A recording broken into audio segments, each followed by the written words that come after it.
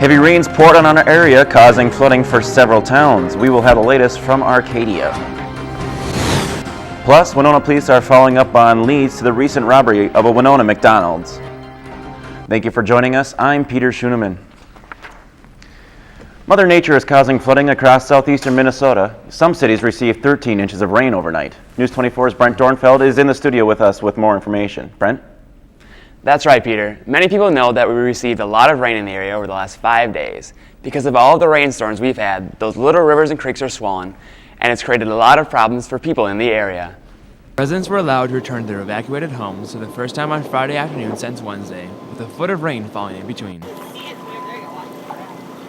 We waited to get out. Well, I know the water was like waist high to get to the parking lot. That was my first dip in the water. The cleanup continues from the storms, and there is still standing water on many of the street corners in Arcadia, as sandbags and water pumps hope to offer much-needed relief. Despite experiencing flooding for the first time, Carla and other residents of Arcadia continue to be optimistic as relief from rain is forecasted for next week. And I just made the trek over here because the bridges were both shut off. And I got the word that they were open, so we thought we'd try it. We still had to wade in some water, check out my stuff, got a little wet, but it wasn't as bad as I thought, so. Other people keeping a concerned eye on the rising rivers are right here in Winona. Area residents of the Prairie Island Campground in Winona are facing high waters, which could leave them stranded. Prepare for the flooding, I spent about 10 hours calling everybody yesterday in the campground that have seasonal sites or a site for this week, and tell them that they're probably going to have to get out by Sunday. The water's supposed to be creeping up to where it'll start to flood the roads. Russ said that people have already started clearing out their lots and hope to find higher ground while hoping that the water levels will lower in the meantime. I feel so bad for those guys in Arcadia because there's houses and things where, this area is made to flood. We know we're in a floodplain and we know that we're going to have to move every few years. It's a really sad situation that has left a lot of people in a bad spot. Luckily, the Red Cross is on hand and the entire community is coming together to clean up.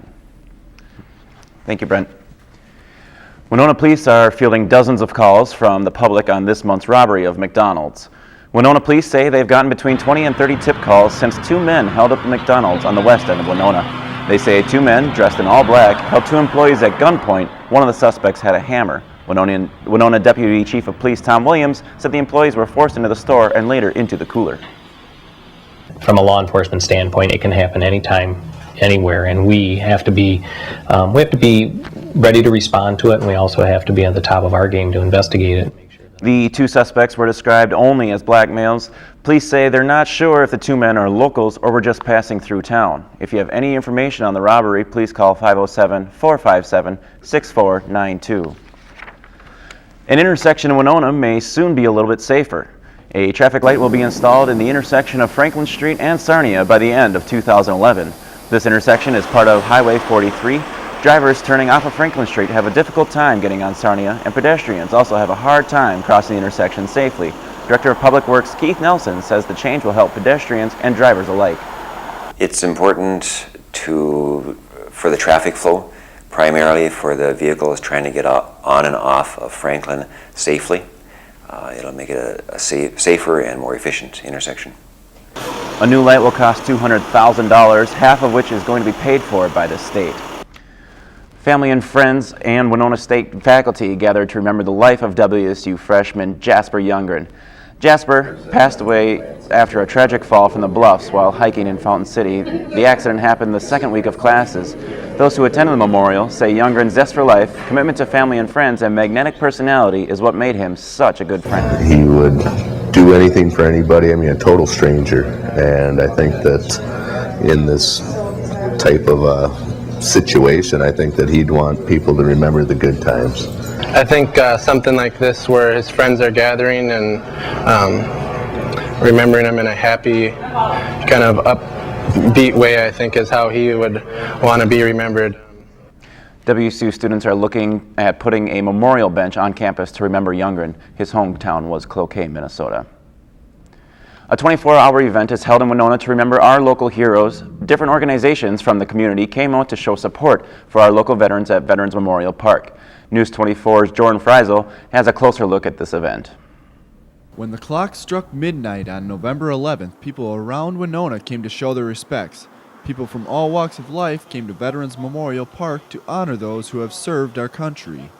We have some people that have come down from the Twin Cities every year to stand the watch with us. They come from surrounding areas, and now the next couple coming on are coming from Rochester to stand the watch in commemorating their father. So there's quite a bit of participation. Event coordinator Don Peterson says the veterans that come to the event served in many wars ranging from Vietnam up to the current war in Iraq. This is our 18th year, of course, and we look forward to many more years and invite everybody to come out and join us in commemorating the people who have served our country over the years.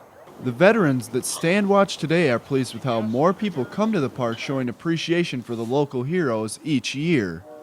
Men from the police departments, the fire departments, and people just standing watch for their relatives, their father, grandfather, son, daughter, you name it. They're here to honor them, and I think that's really terrific.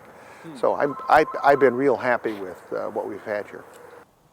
Lieutenant Colonel Tom Sloggy recalled the days when he was enlisted in the Army, finding the appreciation from local communities today is better than what they received in the past. I hark back to when I came back, and the atmosphere in 1967 and 1968 certainly was far different than we see today. I think people today honor veterans, as they should. Veterans encourage people each year to come and take part in this annual event. They hope next year will be as good of a turnout, if not better. In Winona, Jordan Freisel, News 24. The Veterans Day Memorial is held annually, and the event draws a larger crowd each year. Two cultures come together to celebrate Chinese Moon Fest. People from all around the area showed up to celebrate the Chinese Moon Festival on the WSU campus. The celebration is similar to Christmas and Thanksgiving and is held on the 15th day of the 8th month according to the Chinese lunar calendar. The Moon Festival is one of the most important traditional events in Chinese culture. Chinese food was served along with traditional Chinese singing and dancing. A local high school student is making a name for himself internationally. Find out about his road to success and how hard work is paying off for the local kid. And the drink of choice is beer. See how a local business is helping home brewers. I believe in nature. I believe in the spirit. I believe in trust. Beer day. I believe in my mom. Strawberry ice cream. Fortune cookies. Chocolate. I believe in the tooth fairy. Being honest with yourself. I believe in Santa Claus. Aliens, of course. I believe what I want to believe. I believe in myself. I believe in myself.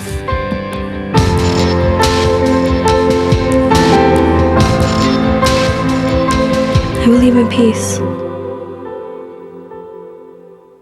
Calle Sur is a Latin duo synonymous with rhythm and dance. Ed East is a Panamanian and Karen Stein is from Colombia. The two musicians met in 1996 in Iowa of all places and now travel around the world working to broaden a better understanding of Latin American culture through music. Calle Sur's Latin Collage concert features musical styles and instruments from many different regions including the Dominican merengue, the Brazilian samba, and more. Sur also plays a variety of South American instruments including the bombo, a Bolivian percussion, the sicus, panpipes, and a cuatro, a Venezuelan string instrument. A Cotter High School student places first in the world in an amateur jet ski competition. Spencer Siraki, a Winona native, placed first in 2 categories at the Jet Ski World Championship in Lake Havasu, Arizona. More than 33 countries were represented. Siraki is the first American in 6 years to win the world champion title. 17-year-old Siraki is also the youngest competitor to ever win the Amateur Jet Ski Racing World Championship. He says hard work got him to where he is today. It meant everything to me. The last 3 years of my life, pretty much, that was the one thing I wanted to do, and all year long that was my goal. That was what I wanted to accomplish, and when I did it, it just felt amazing. Siraki is planning on training over the winter and possibly joining the Jet Ski Pro League next year. Locals gathered at the Bluff Country Co-op for an out-of-the-ordinary lesson. At the Bluff County Co-op in Winona, class was in session, and today's topic? Beer. Dave Sanders was giving a lesson in home brewing. I think it's great when people want to make something and want to put the effort into it, because there's a little bit of effort involved and there's a little bit of a learning curve involved, and I think it's great whenever people want to do it. Home brewing is actually becoming more popular for the do-it-yourselfer. Sanders' presentation raised and answered many questions about how beer is initially created to the process of doing it yourself. Computer software acted as a learner's guide for the novice and was even used as an electronic recipe book filled with hundreds of recipes for any hop hobbyist. But where Sanders sees a hobby, Mike Luke Edmundson saw a business strategy. In the spring, I started talking with some other folks who work here at the store and saying that homebrew supplies is something that we could get into, and there's no other homebrew stores in Winona, so we decided that we would go after trying to have some basic supplies. I love the process of it, the start to finish, the planning the brew, the securing the ingredients, the actual brewing, the monitoring of the fermentation, everything about it is great. The Home Brew Club meets the third Tuesday of every month at Ed's No Name Bar to share their brewing experiences and, of course, their beer. We'll be right back after the break. What all can you do? I can work side by side with professors who are committed to teaching. I can choose from over 80 programs to find the right one for me. I can get hands-on experience in my field. I can be a part of something big. I can get inspired. I can get inspired. I can get inspired. Winona State University. What can you do?